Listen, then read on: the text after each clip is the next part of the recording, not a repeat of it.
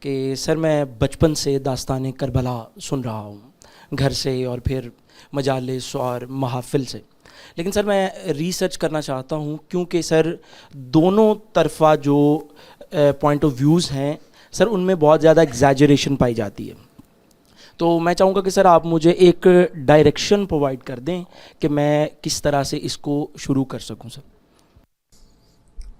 سب سے پہلے جب آپ تحقیق کرنا چاہتے ہیں تو سب سے پہلے جو کچھ اب تک آپ نے سنا یا پڑھا ہے اس سے اپنے جذباتی تعلق کا خاتمہ کر دیں.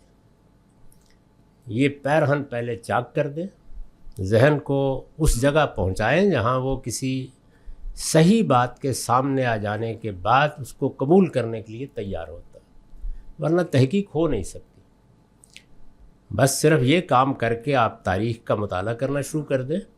میرا تجربہ یہ ہے کہ 10 دن بھی نہیں لگیں گے، آپ بالکل صحیح نتائج تک پہنچ جائیں.